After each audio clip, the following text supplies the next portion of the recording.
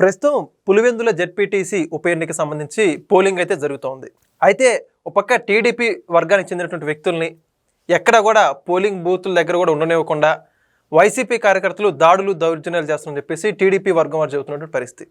మరో పక్క చూసుకుంటేనేమో వైసీపీ వాళ్ళని పోలింగ్ బూతుల దగ్గర ఇబ్బంది పెడుతున్న టీడీపీ వర్గం వాళ్ళు చెబుతున్న పరిస్థితి.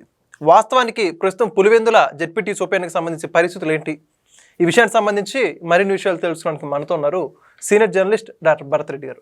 సార్ నమస్కారం అండి. నమస్తే సార్, ఇప్పుడు చూసుకుంటే తాజాగా పులివెందుల ఎలక్షన్ అయితే జరుగుతుంది ఒక పక్క. మరో పక్క టీడీపీ వర్గం వాళ్ళు వైసీపీ వర్గం వాళ్ళు ఒకరి మీద ఒకరు దాడులు చేసుకుంటున్నారు. మరి ప్రధానంగా చూసుకుంటే వైసీపీ వర్గీయులంతా కూడా ఎక్కడికక్కడ రిగ్గింగ్ చేయడానికి ప్రయత్నాలు చేస్తున్నారని చెప్పేసి టీడీపీ వర్గం వాళ్ళు చెబుతున్నారు. మరి నిజానికి అక్కడ జరుగుతున్న పరిస్థితుల గురించి మీరేమంటారు? పులివెందుల ఎన్నికకు సంబంధించి అది జెడ్పీటీసీ ఎన్నిక రాష్ట్ర వ్యాప్తంగా ఆసక్తి నెలకొల్పుతుంది. ఒక ఆంధ్రప్రదేశ్ రాష్ట్రంలోనే కాదు, తెలంగాణ రాష్ట్రంలోని వాళ్ళు కూడా అసలు పులివెందుల ఎన్నిక అంత ఇంపార్టెన్స్ ఏందని గమనిస్తున్నారు. కేవలం 10,600 ఓట్లున్న ఆ ఎన్నికకు సంబంధించి ఇంత ఆసక్తికి లేవడానికి ప్రధాన కారణం మనం ఒకసారి గమనించినట్టయితే గత 30 సంవత్సరాల నుంచి, అంటే 3 దశాబ్దాల నుంచి ఆ పులివెందుల అనేది వైఎస్ ఫ్యామిలీకి కానీ ఒక కంచుకోటగా ఉన్న సందర్భం. కంచుకోటగా ఉంటే ఓకే, అంటే ఓటర్ల చేత కంచుకోటగా ఉంటే, ఓటర్లు ఎన్నికల్లో గెలిపించుకుంటే అది కంచుకోటగా మారితే దానికి ఎవరు అభ్యంతరం పెట్టారు. కానీ మనం గ్రామాల్లో, రాయలసీమ గ్రామాల్లో, ముఖ్యంగా కడప జిల్లాలకు సంబంధించి చూసుకున్నట్టయితే ఈ ఎవరైతే లీడర్స్ ఉన్నారో వాళ్ళు వాళ్ళ గ్రామాలనే వాళ్ళ సొంత ఎస్టేట్లుగా, సొంత మనుషుల్ని పెట్టి అసలు ఎన్నికలు లేకుండా ఏకగ్రీవాలుగా గెలుచుకున్న సందర్భాన్ని మనం చూడొచ్చు. ఇప్పుడు ఎన్నిక జరుగుతుంది అంటే చాలా కాలం తర్వాత ప్రజలు ఓటేయడానికి సిద్ధంగా ఉండి ఓటేయడానికి ముందుకు వస్తున్నారు. గతంలో వైఎస్ రాజశేఖర రెడ్డి టైంలో, అంతకుముందు రాజారెడ్డి సమయంలో కూడా ఈ ఊరు మా కుటుంబానికి సంబంధించిన మాకు సంబంధించిన వ్యక్తే ఇక్కడ సర్పంచ్ అయినా, ఎంపీటీసీ అయినా, జెడ్పీటీసీ ఉండాలని ఒక దీన్ని జారీ చేసిన సందర్భాన్ని, హుకుం జారీ చేసిన సందర్భాన్ని నుంచి ఇప్పుడు కూటమి ప్రభుత్వం ఏర్పడిన తర్వాత జెడ్పీటీసీ ఎన్నికకు సంబంధించి సజావుగా ప్రజాస్వామ్యయుతంగా ప్రజలు వాళ్ళకు నచ్చిన వ్యక్తిని ఎన్నుకోవడానికి అవకాశం కల్పించాలని చెప్పి గత నోటిఫికేషన్ వెలువడిన నాటి నుంచి ఆ వాతావరణం నెలకొలేలా ప్రభుత్వం ప్రయత్నం చేస్తుంది. కానీ గతంలో ఏదైతే ప్రజాస్వామ్యయుతంగా కాకుండా దొడ్డిదాన్ని అనుకోవచ్చు, లేకపోతే వాళ్ళకి నచ్చిన మనుషులు అనుకోవచ్చు, వాళ్ళే బూతులు కబ్జాలు చేయొచ్చు, ఇవన్నీ చేసిన సందర్భంగా మొదటిసారిగా ప్రజలు వచ్చి ఓటేస్తున్న దానికి వైసీపీ నాయకులు, వైసీపీ లీడర్లు భయపడుతున్నట్టుగా కనిపిస్తుంది. దానికోసం ఈ హంగామా, ఈ అల్చల్ చేస్తున్నట్టుగా కనిపిస్తుంది. ఒక జెడ్పీటీసీ ఎన్నిక కోసం సంబంధించి ఒక ఎంపీ స్థాయి వ్యక్తి, లీడర్లందరూ కూడా నిజంగా చెప్పాలంటే జెడ్పీటీసీని, ఎంపీటీసీని, సర్పంచ్ని గెలిపించుకోవాల్సిన ఒక బాధ్యత ఒక ఎమ్మెల్యే ఉంటుంది. ఆ ఎమ్మెల్యే ఎవరు? జగన్మోహన్ రెడ్డి ఇప్పటివరకు అక్కడ ప్రచారించలేదు, నిర్వహించలేదు. కానీ అన్ని తెర వెనుక నుంచి నడిపిస్తుండే. పులివెందులు కనుక ఒకవేళ చేజారినట్టయితే మొత్తం పట్టుపోతుంది.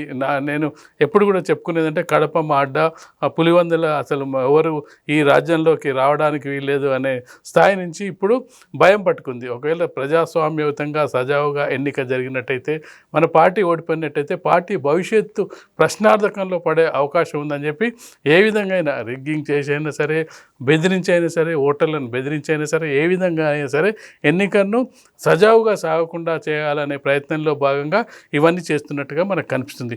అయితే అక్కడ పోలీసులు ముందస్తుగా కొన్ని అరెస్టులు కూడా చేయడం జరిగింది. ఎవరైతే అక్కడికి పోలింగ్ బూతుల దగ్గరికి వస్తే ఘర్షణ వాతావరణం నెలకొంటుందో, శాంతి భద్రతల వివాగతం కలుగుతుందో అని ఎంపీ అవినాష్ రెడ్డిని అరెస్ట్ చేయడం జరిగింది. టీడీపీ ఎమ్మెల్సీకి సంబంధించిన రాంభూపాల్ రెడ్డిని అరెస్ట్ చేయడం జరిగింది. అంటే ఎవరైతే అక్కడ ఘర్షణ వాతావరణం నెలకొంటుంది అనుకున్న సందర్భంగా ఇవన్నీ చేస్తున్న సందర్భంలో ఇప్పుడు వైసీపీ ఏ విధంగా గెలవాలంటే దాన్ని బూత్ క్యాప్చర్ చేయాలన్నా, రిగ్గింగ్ చేయాలన్నా, లేకపోతే చివరికి అంటే సాయంత్రం లోపు ఏదైనా క్రియేట్ చేసి, ఎందుకంటే గతంలో మనం చూసిన జగన్మోహన్ రెడ్డి పర్యటనల సందర్భంగా ఏదో ఒక ఘర్షణ వాతావరణం నెలకొని రాష్ట్ర వ్యాప్తంగా చర్చనీయాంశంపై ఏదో ఒకటి జరుగుతున్న సందర్భంగా ఈ ఎన్నికను సాయంత్రం లోపు ఎంత సజావుగా సాగనిస్తారా అనేది వేచి చూడాలి. అయితే ఇప్పుడు అక్కడ స్థానిక పరిస్థితులని దృష్టిలో ఉంచుకొని కూటమి ప్రభుత్వం కావచ్చు, ప్రస్తుతం అక్కడ అధికారులు, పోలీసులు అంతా కూడా వన్ సైడ్గా వ్యవహరిస్తున్నారని చెప్పేసి వైసీపీ వర్గం అంటారు. దానికి ఏమంటారు? వన్ సైడ్ వివరిస్తున్నారు అనడానికి నిదర్శనాన్ని వాళ్ళు చూపించాలి. ఎందుకంటే అక్కడ అవినాష్ రెడ్డిని హౌస్ అరెస్ట్ చేయడం జరిగింది, టీడీపీకి సంబంధించిన ఎమ్మెల్సీని కూడా హౌస్ అరెస్ట్ చేయడం జరిగింది. పోలీసులు ముందస్తు చర్యల్లో భాగంగా అక్కడ ఘర్షణ వాతావరణం నెలకొన్నట్టయితే ఘర్షణ వాతావరణం ఉండకుండా చూసేందుకు ముందస్తుగా కొన్ని చర్యలు తీసుకోవడం జరుగుతుంది. ఇప్పుడు ఎన్నికల్లో ఘర్షణ జరుగుతున్నప్పుడు ఇరు వర్గాలకు సంబంధించిన ఘర్షణలో పాల్గొంటుంటారు. ఆ సందర్భంగా వేలెత్తి చూపేది వరకు చివరికి పోలీసుల మీదే వేలెత్తి చూపుతారు. పోలీసుల నిర్లక్ష్యం, పోలీసులు బాధ్యత వహించలేదు. దానికి తగ్గట్టుగా పోలీసులు వివరించాల్సి ఉంటుంది. ప్రజాస్వామ్యంలో ప్రజలు వాళ్ళకి నచ్చిన వ్యక్తిని ఎన్నుకోవడానికి ఓటేసుకునే అవకాశం కల్పించాలి. ఆ అవకాశం కల్పించడానికి పోలీసులు శాంతి భద్రత విషయంలో కొంత కఠినంగా ఉండాల్సిన అవసరం కూడా ఉంటుంది. వాళ్ళని పోలింగ్ బూతుల వాళ్ళ దగ్గరికి రానియకుండా వాళ్ళని అరెస్ట్ చేస్తారు. ఒకవేళ బెదిరించే వాళ్ళని వాళ్ళ మీద కూడా చర్యలు తీసుకుంటారు. ఇవన్నీ చేస్తున్న సందర్భంలో వైసీపీ మనకు కనిపిస్తున్న బాధ ఏంటంటే ఈ అన్ని ఆరోపణలు ఎందుకు చేస్తున్నారంటే ఈ సీటు ఎక్కడ మాకు చేజారిపోతుందో, ఈ విధంగా శాంతియుతంగా శాంతి భద్రతలకు విఘాతం కలగకుండా సజావుగా ఓటర్లు ఓటేసినట్టయితే ఈ సీటు మాకు చేజారిపోయినట్టయితే ఫ్యూచర్లో మా పార్టీ భవిష్యత్తు ఏంది అనే దాని మీద ఆరోపణలు చేసే అవకాశం కనిపిస్తుంది.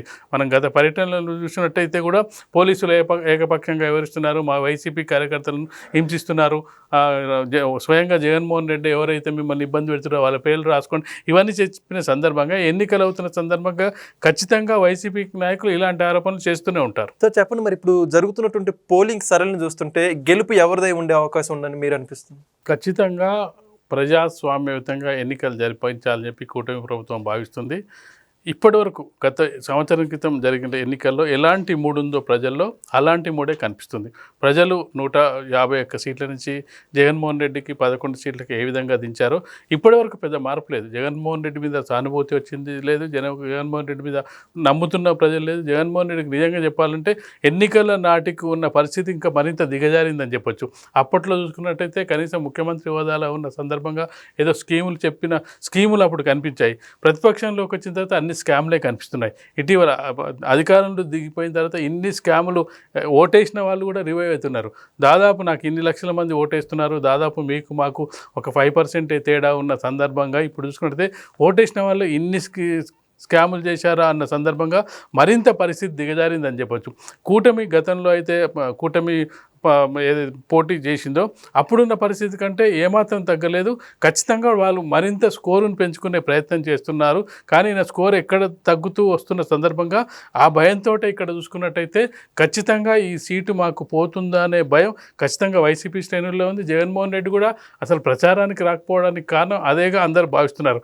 తన సొంత నియోజకవర్గంలోనే ఒక జెడ్పీటీసీ ఎన్నిక జరుగుతున్నప్పుడు కనీసం ఆ నియోజకవర్గంలో వచ్చి నాయకులను కలిసిపోవడం, కార్యకర్తలను కలిసిపోవడం, ఏదో ఒకటి చేయకపోవడం అంటేనే అక్కడనే ఓటమిని అంగీకరించినట్టుగా తెలుస్తుంది. కాబట్టి ఖచ్చితంగా ప్రజాస్వామ్యయుతంగా మొదటిసారి అంటే చాలా కాలం తర్వాత ప్రజలు స్వచ్ఛందంగా ఓటేసి తమ అభ్యర్థిని తాము ఎన్నుకునే అవకాశాన్ని కూటమి ప్రభుత్వం ఏర్పరుస్తున్న నేపథ్యంలో ఖచ్చితంగా ప్రజాస్వామ్యం గెలిచే అవకాశం ఉంది. పులివెందుల అంటే బూతు కబ్జాలు కాదు, బూతుల్ని ఆక్యుపై చేసుకోవడం కాదు అనే దానికి తెరపడే అవకాశం అయితే ఈ ఎన్నికల ద్వారా మనకు కనిపిస్తుంది. Okay, thank you. Please subscribe to Leo News for more videos.